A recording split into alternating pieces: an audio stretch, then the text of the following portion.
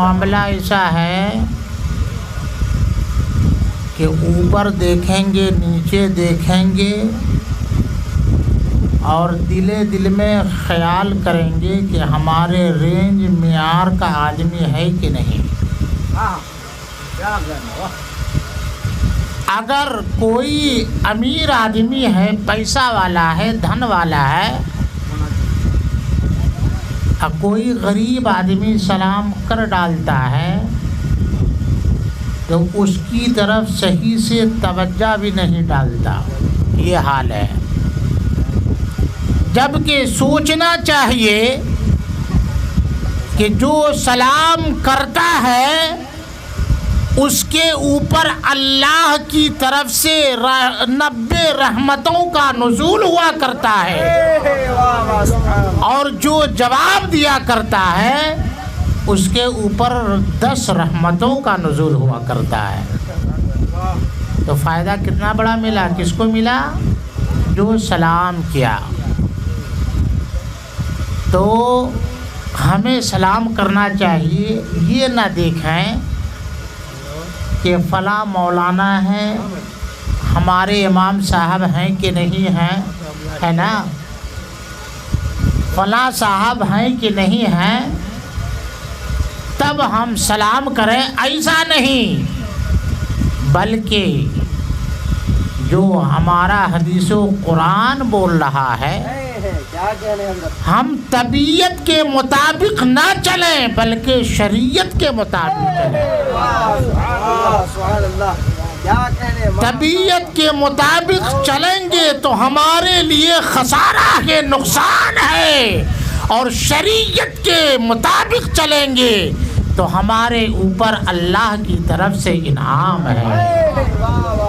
اور ہو سکتا ہے کہ اگر اس عمل کو اللہ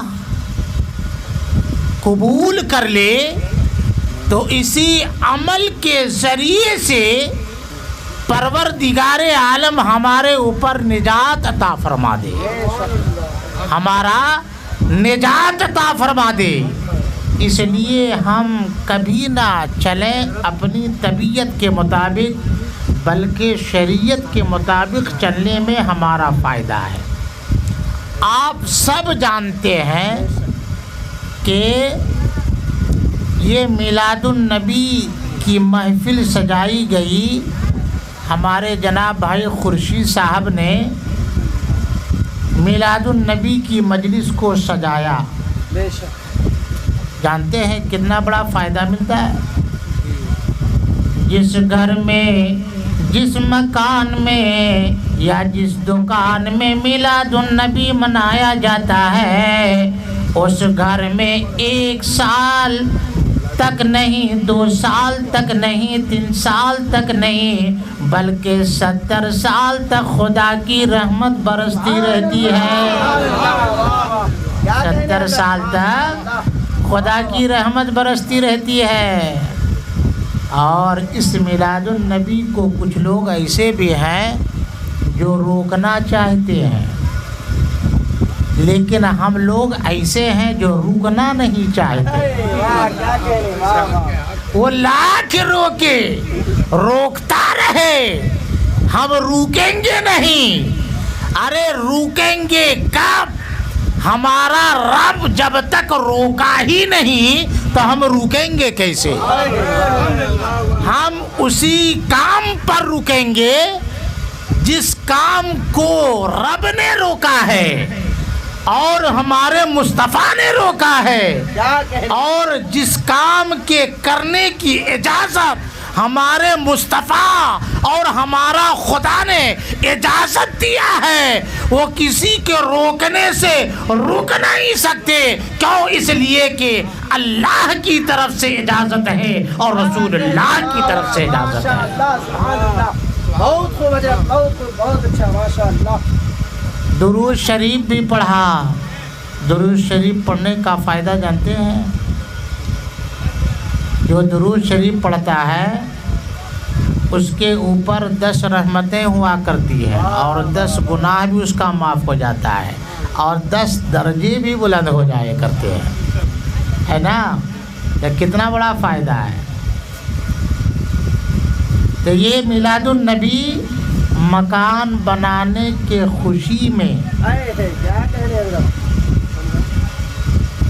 اس میلاد النبی کا، اس ذکر خیر کی مجلس کا انعقاد ہوا. ہمیں یہ چاہیے کہ اس طرح کی مجلسیں ہمیشہ سجایا کریں.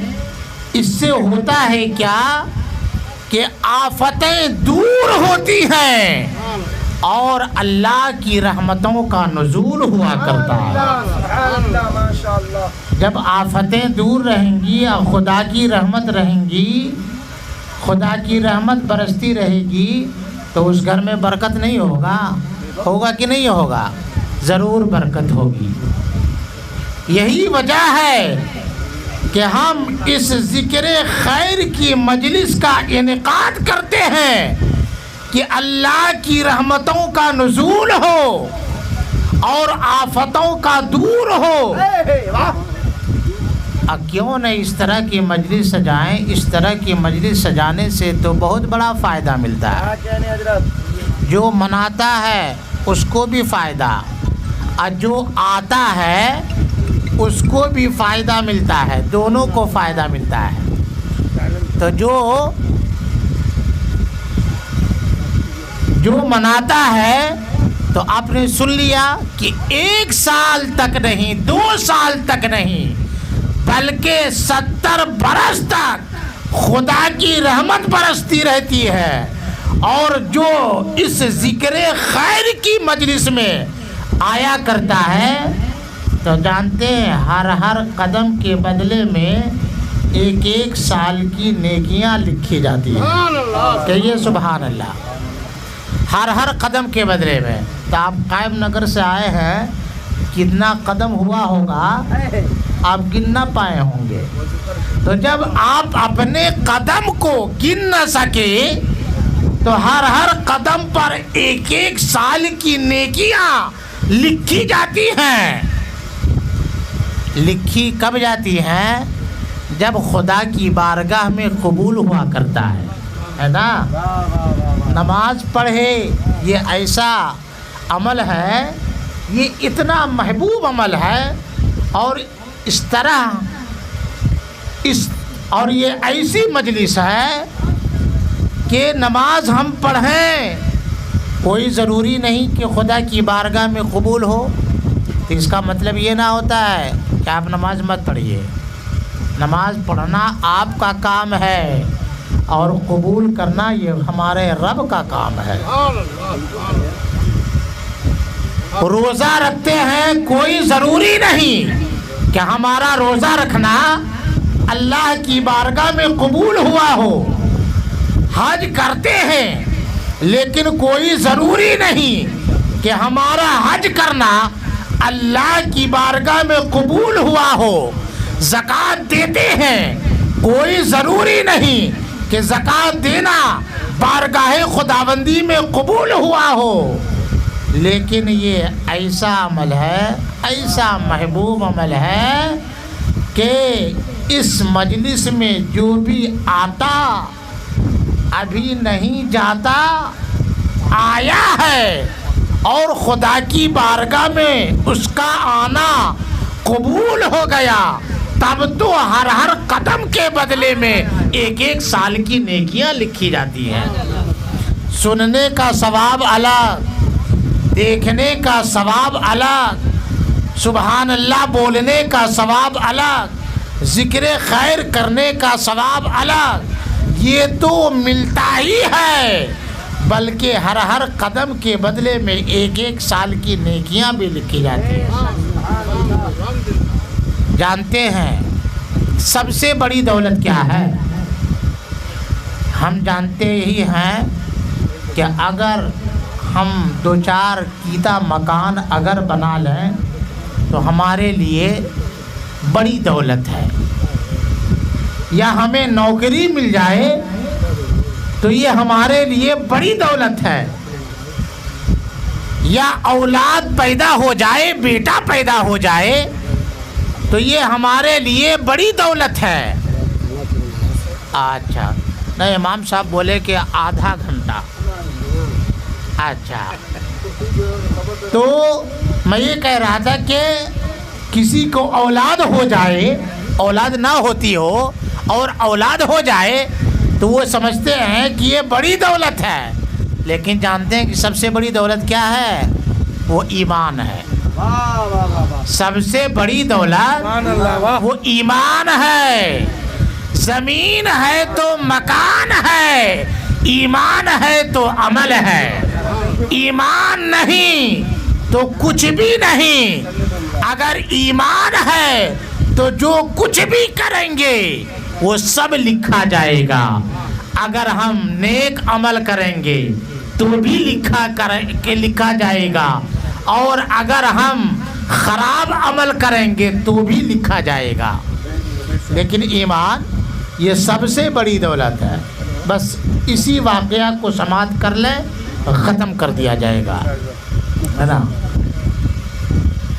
جب انسان کے موت کا وقت قریب آتا ہے تو جانتے ہیں اس وقت کون آتا ہے؟ اقربا تو رہتے ہی ہیں، رشتہ دار تو رہتے ہی ہیں، بیٹا تو رہتے ہی ہے، بیٹی تو رہتی ہی ہے. لیکن جانتے ہیں شیطان بھی آ جایا کرتا ہے.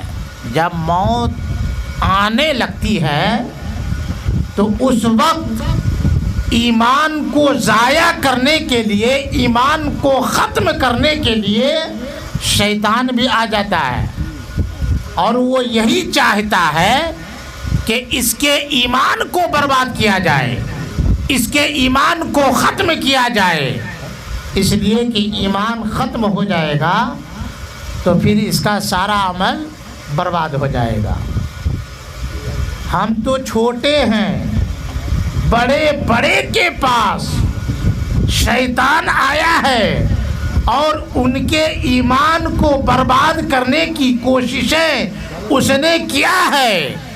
حضرت امام فخر الدین رازی رحمۃ اللہ علیہ کے انتقال کا وقت قریب آیا تو شیطان ان کے پاس آیا اور کہا کہ امام فخر الدین رازی رحمۃ اللہ علیہ، تم نے عمر بھر مناظرہ کیا، یہ تو بتاؤ کہ کیا تو نے خدا کو دیکھا ہے؟ تو اس پر حضرت امام فخر الدین رازی رحمۃ اللہ علیہ نے دلیل پیش کیا. شیطان لعین نے اس دلیل کو رد کر دیا، پھر دوسری دلیل پیش کی، تیسری دلیل پیش کی، چوتھی دلیل پیش کی، یہاں تک کہ 365 دلیل کو پیش کیا. سب کو شیطان لعین نے ختم کر دیا، سب کو برباد کر دیا. اب وہ سوچنے لگے کہ میں کیا کروں، اب کیا جواب دیا جائے، فکر مند ہو گئے. تو دور دراز مقام سے حضرت نجم الدین کبریٰ رحمۃ اللہ علیہ نے آواز دی. وہ وضو فرما رہے تھے اور وہیں سے ملاحظہ بھی کر رہے تھے کہ ہمارے امام فخر الدین رازی رحمۃ اللہ علیہ کے ساتھ کیا برتاؤ کر رہا ہے شیطان.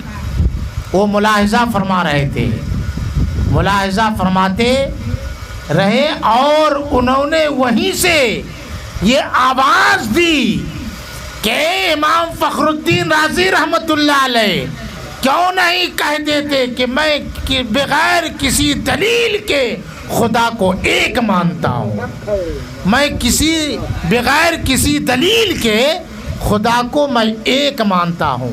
اللہ تبارک و تعالی ارشاد فرماتا ہے ان الحسنات یذہبن السیئات، کہ بے شک اچھائی برائی کو مٹا دیا کرتا ہے. اچھا عمل کریں. اگر آپ برائی کو مٹانا چاہتے ہیں تو اس کے لیے شرط یہ ہے کہ آپ اچھا عمل کریں. اگر آپ اچھا عمل کرتے ہیں تو اس عمل کے ذریعے سے پروردگار عالم ہمارے برائیوں کو مٹا دے گا اور ہمارے اچھائی کو اپنی بارگاہ میں قبول فرما لے گا۔ اللہ تعالیٰ کی بارگاہ میں دعا ہے کہ کہنے اور سننے سے زیادہ عمل کی توفیق مرحمت فرمائے۔